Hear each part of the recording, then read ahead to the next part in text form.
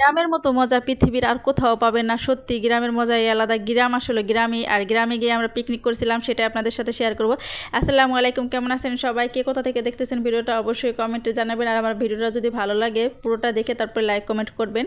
আমরা সবাই মিলে পিকনিক করবো আর আমার শাশুড়ি রান্না করতেছে। মাটির চুলার রান্না কিন্তু সত্যি অনেক মজা। দেখছেন কি সুন্দর আগুন বের হইতেছে, মানে দেখলে একদম মনটা ভরে যায়। মাটির চুলার রান্না সত্যি খেতে মজার। আর এখানে চালগুলো আগে থেকে ভিজিয়ে রাখছিল আমার শাশুড়ি, তারপরে মশলাটা ভালো করে কষিয়ে নিয়েছে। মানে শাশুড়ি যেভাবে রান্না করছিল সেটাই আপনাদের সাথে শেয়ার করলাম। অনেক মজার হয়েছিল। আমরা বাসায় রান্না করি খিচুড়ি, কিন্তু এতটা মজার হয় না। এখানে চালগুলো দিয়ে দিচ্ছে, তারপরে কিন্তু পাশাপাশি কিন্তু মাংসগুলো কিন্তু আগেই কষিয়ে রাখছিল, সেটা আমি ভিডিও করতে পারিনি। এখন দিয়ে দিল মাংসগুলো, তারপরে নাড়াচাড়া করে তারপরে মাংসগুলো পুরো খিচুড়ির সাথে মিশিয়ে নিবে। খেতে কিন্তু সত্যি অনেক মজার হয়েছিল। বিশেষ করে মাটির চুলার রান্না আর আমার শাশুড়ির হাতের রান্না সত্যি অনেক মজার। রান্না কিন্তু প্রায় শেষ পর্যায়ে ভালো করে নাড়াচাড়া করে নিল। আর এখানে কিন্তু সামান্য পরিমাণে একটু বিরিয়ানি মশলা দিয়েছিল, মানে একটা সেন্ট আসার জন্য। খেতে কিন্তু দারুণ হয়েছিল। আর আমরা সবাই গরম গরম খেয়েছি। পাশাপাশি পরের দিন সকালবেলায় আমরা চাপড়ি বানাইছিলাম, চাপড়ির সাথে 3 পদের ভর্তা বানাইছিলাম। এখানে মরিচ রসুন ও ধনেপাতা দিয়ে ভর্তা বানাইছি, আর শুটকির ভর্তা বানাইছি, আর হচ্ছে সরষে বাটা ভর্তা। খাইতে সত্যি অনেক মজার হয়েছিল। আর আমার মেয়েটা জন্মদিন ছিল, খুব বিরক্ত করতেছিল যে একটা কেক নিয়ে এসো, কিন্তু আমরা এসব পছন্দ করি না, ওর বাবা পছন্দ করে না। তারপর ওর বিরক্তর জন্য রাত 9টার সময় একটা কেক আনা হয়েছিল। আর এখানে আমার ননদের চাল দেখেন হাত দিয়ে বারবার কেকটা ধরে নষ্ট করতে যাচ্ছিল। আমার মেয়েটার গ্রামের প্রতি খুব মায়া, ওর বাড়ির জন্য খুব মায়া লাগে ওর। দেখছেন ছাগলের বাচ্চাটা কিভাবে আদর করছে। ওর গরু ছাগল হাঁস মুরগি ওর খুব পছন্দ। ও দাদা দাদির প্রতি প্রচুর টান। ওর গ্রাম থেকে ও আসতেই চায় না। ও শুধু গ্রামের কথা বলে, বাসায় আসতেই চায় না, শুধু বাড়ি যাব মানে খুব বিরক্ত বোধ করে। আর এখানে আমরা সন্ধ্যার সময় আরেকটা মুড়ি মাখার পিকনিক শুরু করলাম। খাইতে মজাই হয়েছিল সবাই মিলে, মানে ততটা মজা লাগে না, কিন্তু সবাই মিলে খাইছি তাই অনেক ভালো লাগছিল।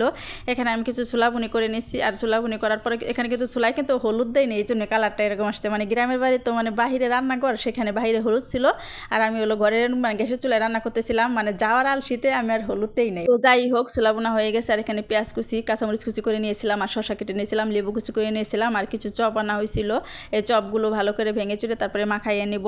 সবগুলো মাখানো শেষ। যেহেতু আমি হাত দিয়ে ভিডিও করতেছি, তাই আমার হাতটা মানে কাঁপাকাঁপি করতেছে। আর এখানে খাঁটি সরিষার তেল দিয়ে কিন্তু মুড়িটা মাখাইছি। আর মুড়িগুলো দেওয়ার পরে কিন্তু দেখছেন আরেকটা গামলা, একটু খেয়াল করে দেখবেন। প্রথমে যে গামলাটা নিছিলাম ওই গামলাটা দেখতেছি যে আটতেছে না, তারপরে আবার পরবর্তীতে আরেকটা গামলা নিলাম। তো এখানে ভালো করে মুড়ি তারপরে চানাচুর দিয়ে ভালো করে মাখাইয়ে নিলাম, আর সবাই মিলে খাইলাম। খাইতে অনেক মজা হয়েছিল, মানে সবাই মিলে খাইলাম তো বেশি ভালো লাগছিলো এই জন্য। তারপরে সকালবেলা আমি দেখলাম যে আমার কবুতরগুলো, আমাদের কবুতরের খুব দেখছেন কি সুন্দর কবুতরগুলো খেলা করছে। আর গ্রামের এইসব দৃশ্য সত্যি মনটা ছুঁয়ে যায় দেখলে। সকালবেলা কবুতর হাঁস মুরগি এগুলো দেখলে সত্যি মনটা ভরে যায়। আর এখানে আমাদের উঠান ভরা পাট, মানে আমাদের এখন পাটের দিন ছিল তো। আমাদের ফরিদপুর কিন্তু পাটে কিন্তু অনেক বিখ্যাত। আমাদের পুরো বাড়ি ভরা দেখছেন কি সুন্দর পাট মেলা রয়েছে, দেখতে এগুলো অনেক ভালো লাগে। আর আমার ঘরের সামনে কিছু অ্যালোভেরা গাছ লাগানো ছিল, দেখছেন কি সুন্দর গাছগুলো আরও সুন্দর ছিল। বয়স হয়ে গেছে তাই গাছগুলো নষ্ট হয়ে গেছে, আর আগাছাগুলো পরিষ্কার করে দিতে হবে। গাছগুলো পরিষ্কার করলে গাছগুলো আরও সুন্দর হয়ে যাবে। তো আমার ভিডিওটা কেমন লাগছে সবার কাছে যদি ভালো লাগে অবশ্যই লাইক কমেন্ট করে দিবেন। আল্লাহ হাফেজ।